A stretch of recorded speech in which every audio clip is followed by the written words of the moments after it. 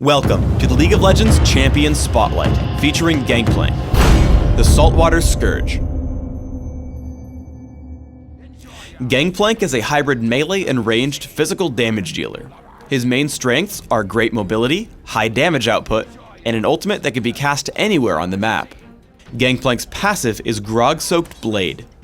Every attack that Gangplank makes places a stack of Grog-Soaked Blade on his target, up to a cap. Each stack damages and slows the movement of whoever's been struck. Parley shoots target enemy with Gangplank's pistol, dealing damage. This shot applies on-hit effects such as Sheen, Lifesteal, and Grog-Soaked Blade. Parley can also critically strike his targets. Additionally, if Parley kills its target, Gangplank is awarded bonus gold. I take Parley at level 1 and max it last. Remove Scurvy causes Gangplank to eat a bunch of oranges, healing Gangplank and removing all crowd control effects, such as slows and stuns that afflict him.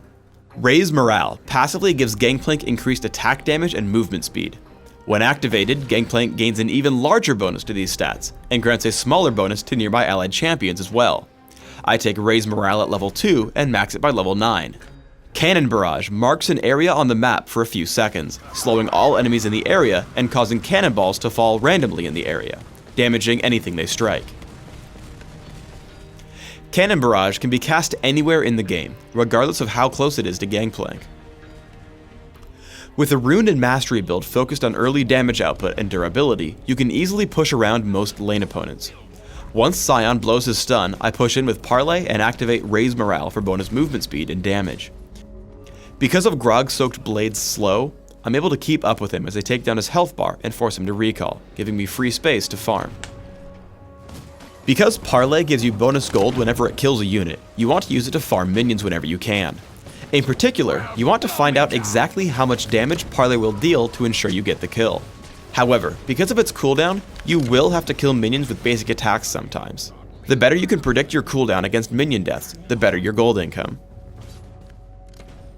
Always remember that Parley can deal critical strikes. This means that occasionally, Gangplank can get extremely lucky. Volibear dives me with Exhaust. I run until it times out, then turn for a Parley and a basic attack. My 4% critical chance for Masteries triggers on both, and I get a completely free kill. When building mostly for damage, don't rely on Remove Scurvy to keep you alive in a team fight. Scion comes in to stun me and the rest of his team follows up. I remove Scurvy, use Cannon Barrage, and try to run, but now I can't escape the Exhaust or Volibear's Rolling Thunder. While my team is able to pick up a few kills from behind, I die before really helping out my team much. Instead, use a couple of tricks to keep you safer. With Cannon Barrage and Summoner Teleport, you can push a side lane and still show up to the battle without missing a beat. As I watch the battle unfold, I look to kill the squishiest targets possible. I blow up the enemy Scion with Parley, then activate Raise Morale and Shurelya's Reverie to give my team supreme positioning. With Annie and Vayne completely split off from the rest of my team, we take down Master Yi and Volibear. Because Gangplank takes on the role of carry, you should find pushing with a minion wave to be very powerful. I'm able to earn a lot of gold, pushing up the minion wave to the windmill and Fiddlesticks. Whenever he leaves the turret, I push in with Parley and Grog-Soaked Blade. However, I don't want to dive the turret until I have minions to capture it, so I continue farming. Once they have started capturing the turret, I push in until I notice him channel Crowstorm. Once that ends, I can tank and out-damage drain with Cannon Barrage and Parley, killing him underneath the windmill and taking the capture. As we get into a teamfight around the windmill, I aim for the squishy targets on the enemy team. I Parley Twisted Fate and remove Scurvy his stun. Then I activate Youmuu's Ghostblade and take him down almost immediately.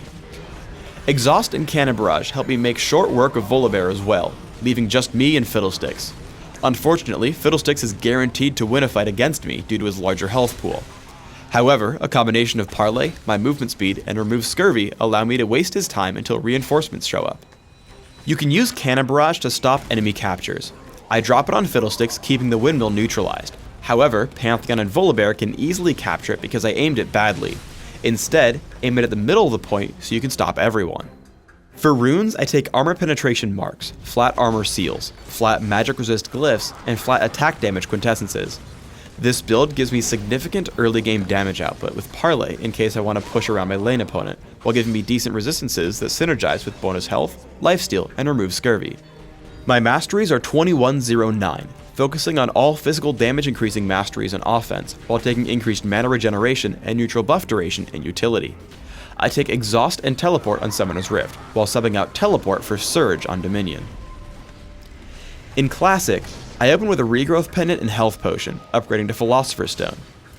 I look to grab cooldown reduction through Ionian Boots of Lucidity and Brutalizer. I continue my build with Trinity Force and Shurelia's Reverie for even more damage, utility, and cooldown reduction. By the end of the game, I want to deal even more damage through Infinity Edge and Yomu's Ghostblade, and increase my durability with Guardian Angel or Banshee's Veil. In Dominion, I look for more durability and damage through basic attacks instead of Parlay.